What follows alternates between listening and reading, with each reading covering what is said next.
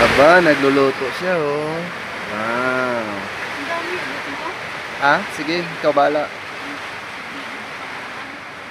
Naulan na naman dito sa amin, guys. Yan, oh, malakas yung ulan. Grabe. May bagyo ba? Naman ang ulan eh.